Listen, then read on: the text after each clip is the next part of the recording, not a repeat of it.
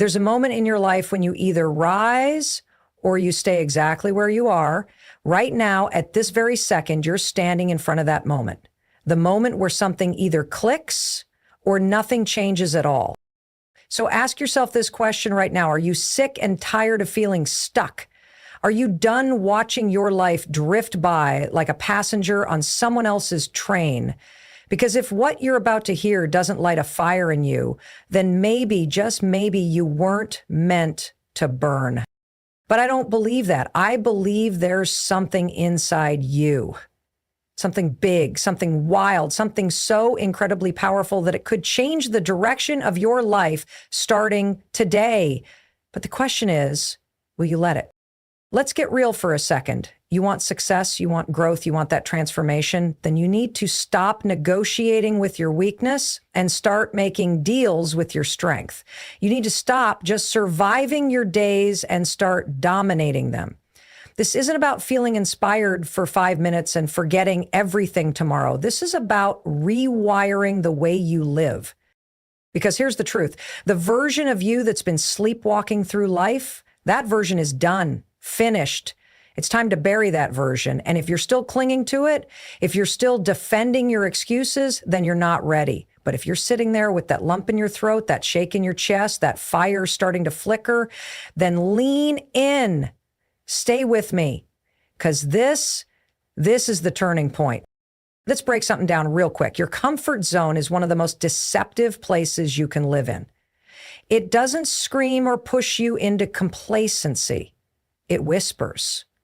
It tells you that everything's fine the way it is, that there's no need to stretch, to push, or to strive. It lures you with ease and false safety, convincing you that the discomfort of growth is something you don't need to experience. But deep down, you know that every single achievement you've ever admired came from someone who stepped far outside of their comfort zone. Nothing great has ever been built by staying safe. Greatness lives on the edge, in the unknown, in the discomfort. It lives in the days that stretch you, not the ones that coddle you. The comfort zone is subtle, but it is deadly. It doesn't kill your dreams with one big blow, kills them slowly, one excuse at a time, one postponed decision at a time, one maybe tomorrow at a time. The comfort zone disguises itself as peace, but it's really stagnation. It makes you feel like you're resting when in fact you're rusting. You may think you're avoiding pain by staying there, but what you're actually doing is trading short-term comfort for long-term regret.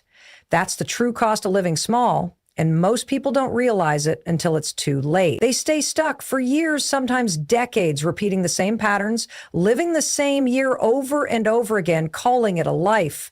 But deep inside, there's that persistent ache, a quiet knowing that they were meant for more. And that ache, that's your soul knocking. That's your inner fire trying to remind you that safety is not your destiny, that you're not here to just exist, you're here to expand. Stepping out of your comfort zone isn't just about making bold moves. It's about choosing growth over fear. It's about doing the things that scare you, not because you're fearless, but because you know what's on the other side of that fear is transformation. Your mind will try to protect you. It will throw doubt at you. It will scream, "What if you fail?" But here's the truth. Failure isn't the enemy. Comfort is. Comfort keeps you from trying. It keeps you small. It keeps you invisible. And no one who ever made a dent in the universe ever played small. You grow when you stretch. You become stronger when you take on what you thought you couldn't handle. You gain clarity by stepping into the unknown. And yes, it's terrifying, but that's exactly why it works. That's why it transforms you, because every time you push past what's comfortable, you discover more of what you're made of. You discover new capabilities, new levels of resilience, new levels of discipline. You tap into parts of yourself that only come alive under pressure, that only awaken when you risk something. When you get uncomfortable, you break the patterns that keep you stuck. You stop tolerating average and start aiming for extraordinary. You stop accepting survival and start chasing significance. And that choice to grow rather than stay safe is the difference between a life remembered and a life forgotten. The comfort zone wants you to believe that you're fine where you are, but every part of your soul knows that's a lie. You're not here to coast. You're here to conquer. You're not here to maintain. You're here to rise. Too many people are waiting for someone to notice them, waiting for someone to give them a chance, waiting for the perfect time, waiting for clarity, waiting for everything to make sense. But that waiting, it's a trap, because what they don't realize is that no one is coming. No one is going to knock on their door with a golden opportunity. No one is going to hand them a perfectly mapped out life. No one is going to push them forward if they're not willing to take the first step themselves. The hard truth is, life doesn't reward hesitation. It rewards execution. And that means if you want it, if you really want it, you have to stop waiting for permission and start giving it to yourself. There are people who have been sitting on brilliant ideas for years, held back by fear of judgment, fear of failure, fear of not being ready. But here's the truth, nobody ever feels completely ready. The people who go on to do great things aren't fearless. They just act despite the fear. They give themselves permission to start ugly, to be imperfect, to try and mess up and learn on the fly. They don't wait for all the lights to turn green before they leave the driveway. They start with what they have from where they are and trust that they'll figure it out along the way. Because the only way to build momentum is to move. But waiting for permission comes in many forms. Sometimes it's waiting for approval from family, friends, or society. Sometimes it's waiting for a sign from the universe or some magical moment of inspiration. But all of those are just delays dressed up as logic. The longer you wait for external validation, the more power you give away.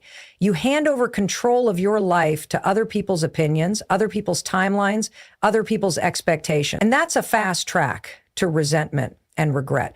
Because the truth is, the dream in your heart was planted there for you to grow, not for someone else to understand, not for someone else to validate, and definitely not for someone else to give you permission to pursue. The greatest leaders, creators, and innovators in the world all have one thing in common. They moved without waiting. They took initiative. They bet on themselves. And that's exactly what you need to do. You need to become the one who sets your own standard, who defines your own worth, who charts your own path. You need to stop asking, am I good enough? And start declaring, I am more than enough. You need to stop waiting for someone to open the door and start building your own door. You have everything you need to start right now. Maybe not everything to finish, but enough to take that first bold step. The clarity will come in motion, not in thought.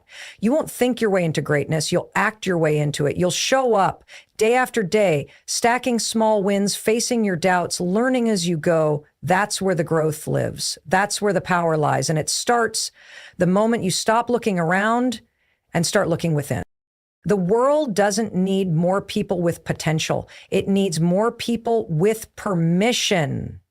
Permission they give to themselves, permission to rise, to speak, to create, to lead, to live full out. So if you're waiting for a sign, this is it. This is the green light. This is the door. This is the moment. Because no one else is going to make your move for you. You either claim your life or you let it pass you by. Motivation is a spark. It comes fast, it burns bright, but it fades. Discipline, on the other hand, is a slow burning fire. It's steady, consistent, and powerful beyond imagination. If you build your life on motivation, you'll only move when you feel inspired. You'll only act when the mood is right.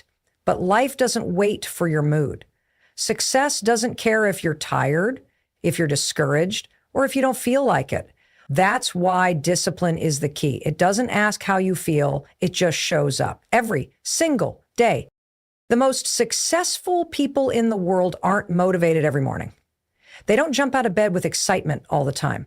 Many days they're exhausted, overwhelmed, stressed, and uncertain, but they still do the work. Not because they feel like it, but because they're committed to it. That's the edge that separates winners from wishers. Anyone can act when they're inspired. That's easy. But those who rise to the top are the ones who act when everything inside them says, not today. They've trained themselves to obey discipline, not feelings. Because feelings are fickle, but discipline builds momentum, and momentum changes lives. There's a massive difference between being interested and being committed. If you're only interested, you'll work when you feel good, when the stars align, when you're energized and pumped. But when you're committed, you'll work no matter what. You'll push through the resistance. You'll override the excuses. You'll get up and move even when there's no applause, no support, no guarantee. That's the disciplined mindset. And it's rare, but it's what builds legacies. It's what creates impact. It's what builds confidence brick by brick. Discipline is built in the small moments, the times when no one's watching, when you choose to keep your promise to yourself, even when no one else will know if you don't. It's those decisions stacked over time that define your path. Every time you follow through on a hard choice, every time you finish what you start, you're not just getting closer to your goal, you're shaping who you are. You're becoming someone who can trust themselves, and that kind of self-trust is a superpower. Because when you trust yourself to show up, no matter what, nothing can stop you. People think they need motivation to go to the gym, to work on their goals, to build a business, to get out of bed early, but they've got it backward. Action comes first and motivation follows. The moment you start moving, your brain starts catching up. It sees progress, it feels the shift, and then the motivation kicks in. But it never comes before the action. That's why you can't wait for it. You must act first. You must lead your life with discipline, not emotion.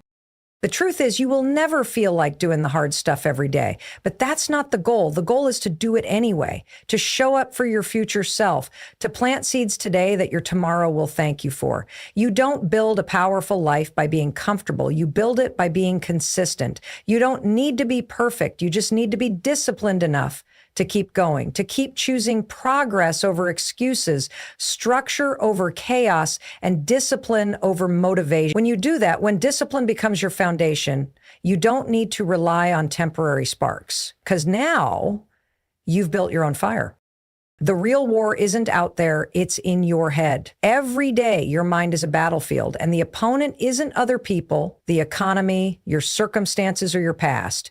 It's your own thoughts, the internal dialogue that tells you you're not good enough, that you'll never change, that you should give up, that nobody believes in you. That's where the real fight is, and unless you learn to win that war, you'll keep losing in life, no matter how much talent, opportunity, or ambition you have, because your mindset is the control center. It determines what you attempt, how long you persist, and how you respond to setbacks. If your mind is programmed for defeat, even the smallest challenge will look like a mountain. But if your mind is trained for battle, even the toughest season won't break you. Everything you are becoming starts in your thoughts. The words you repeat to yourself shape your identity. If your inner voice constantly tells you you're a failure, you'll start acting like one. If your mind is filled with doubt, you'll move with hesitation. That's why the language you use with yourself matters. You have to become your own coach, not your critic. You have to speak power into your path, not poison. The world will already try to beat you down. Don't do it to yourself, too. There's enough noise outside. Don't let the loudest voice against you be your own. Every time you let negative thoughts run wild in your mind, you're giving away your power. But when you interrupt them, when you stop and say, no, that's not the truth, and replace it with something empowering, you take that power back. It's not about lying to yourself. It's about choosing what voice gets to shape your actions. Your mind will always talk. The question is, are you controlling the conversation, or are you letting fear run it? Fear will always have something to say, especially when you're growing, but courage is speaking back. Courage is saying, yes, I'm afraid, but I'm still doing it. It's saying, this is hard, but I was built for hard things. The most dangerous beliefs are the quiet ones. the ones you don't question, the ones that were planted years ago by other people's opinions or by a painful moment or by a failure you never healed from. They sit in your mind like background noise, but they affect every choice you make. They're the ones that say people like you don't succeed, or you always mess it up, or why even try? And unless you challenge those beliefs, unless you drag them into the light, they'll keep controlling you. They'll keep limiting you. That's why mental strength isn't just about being positive. It's about being aware. It's about noticing the thought and deciding this one's not helpful. I'm replacing it with something stronger. Training your mind is not a one-time thing. It's a daily discipline. Just like you train your body, you must train your thoughts. Feed your mind with books, affirmations, podcasts, prayers, whatever lifts you. Surround yourself with people who speak life into you, not doubt. Create habits that reinforce belief in yourself. Because when your mind is right, you become unstoppable. When your thoughts are focused, disciplined, and aligned with who you want to become, your external world starts to follow. Mental battles are won one decision at a time, one moment of discipline at a time, one thought replaced at a time. You may not control every thought that comes into your mind, but you absolutely control which ones you let stay. And that choice, the choice to challenge the noise, to lead with strength, to rise above the doubt, is what will set you apart. It's what will carry you when nothing else can. Because once you master your mind, you master everything. Change doesn't come from wishing. It doesn't come from complaining. It doesn't come from hoping someone else will do it for you. Change only comes when you reach a point where staying the same is more painful than growing. That's when everything shifts. When you stop justifying your excuses, when you stop blaming the world, when you finally take full ownership of your life, because nothing changes if nothing changes. If you keep thinking the same, acting the same, reacting the same, you will continue to get the same results. Life doesn't bend to your desires, it responds to your decisions. If you want a different life, you have to do something different. You can't live in old patterns and expect new outcomes. You can't stay comfortable and expect transformation. People get stuck in cycles because they keep choosing what's easy. They keep choosing what's familiar. But familiar doesn't always mean right. Often it's the familiar things, old habits, toxic environments, negative thinking that are holding you back the most. And the hardest part about breaking out is admitting that you've been choosing those things. Because once you admit it, you can't pretend anymore. You have to either change or consciously stay stuck. And that decision right there is where most people freeze, because change is scary. Even if your current life is painful, at least it's predictable. The unknown requires courage. It requires risk. It requires letting go of what you've always known and stepping into something you've never experienced before. The truth is, your growth is always on the other side of disruption. Something has to break for something new to be built. And often what has to break is your own pattern, your own way of thinking. The version of you that got you here is not the version that will take you there. You have to outgrow the version of yourself that tolerates mediocrity. You have to rise above the version of yourself that seeks comfort more than progress. That's why real change is painful, because it demands identity shifts. You can't just want different results. You have to become a different person. You have to start making different choices, showing up in new ways, refusing to accept what you used to tolerate. Nothing changes if nothing changes means you can't just listen to motivational speeches and expect your life to transform. You can't just read books and watch videos and think you're growing. You grow when you apply. You grow when you act. You grow when you do the thing you've been avoiding, when you break the cycle you've been stuck in, when you finally decide enough is enough. It's not the information that transforms you, it's the implementation. Action is the proof of belief. If you really want change, you'll stop talking and start doing. You'll stop making excuses and start taking steps, even if they're small, because one small step in a new direction can lead to an entirely different destination. You are not a victim of your circumstances. You are a product of your choices. And that means you can choose differently. Starting right now, you can choose to rise. You can choose to disrupt your own life before life forces disruption on you. You can choose to say, I'm done repeating this pattern. I'm done settling. I'm done shrinking. I'm done watching other people live the life I want. You can decide today that the pain of change is nothing compared to the pain of regret. And when you reach that moment of decision, that line in the sand where you say no more, you begin to take back your power. You begin to rewrite your story, because your future is not something that just happens to you. It's something you create moment by moment, choice by choice, change by change. There's a version of you that exists on the other side of your excuses, a stronger, wiser, bolder version who isn't held back by fear, laziness, or insecurity. But the only way to meet that version is to stop making excuses for why you're not already becoming them. Excuses are clever lies you tell yourself to stay comfortable. They sound rational, they sound believable, they even sound protective, but they are barriers dressed up as logic. Every time you say, I don't have time, I'm too tired, I don't know how, it's not the right moment, what you're really doing is giving yourself permission to stay exactly where you are. Excuses are the chains that keep you tied to your limitations, and the longer you let them speak for you, the more your potential stays locked away inside. People don't fail because they aren't capable. Most people fail because they've convinced themselves they can't succeed before they even try. The excuse becomes a shield from disappointment. It becomes a story you tell to escape responsibility. But here's the brutal truth. No excuse will ever produce results. No excuse has ever built a business, repaired a relationship, transformed a body, or achieved a dream. Excuses don't build character, they destroy it. They rob you of discipline, consistency, and growth. And the more you use them, the more powerless you feel. Because deep down, you know you're capable of more, but you've been letting fear do the talking. Excuses are addictive because they give you a short-term escape from discomfort. If you can convince yourself there's a reason for your delay, then you don't have to face the pressure of acting. But nothing grows in the shadow of excuses. You don't gain strength by hiding from the work. You gain it by showing up no matter what. Life isn't going to pause until you feel like being responsible. Your dreams aren't going to wait for you to find the perfect moment, and your time isn't unlimited.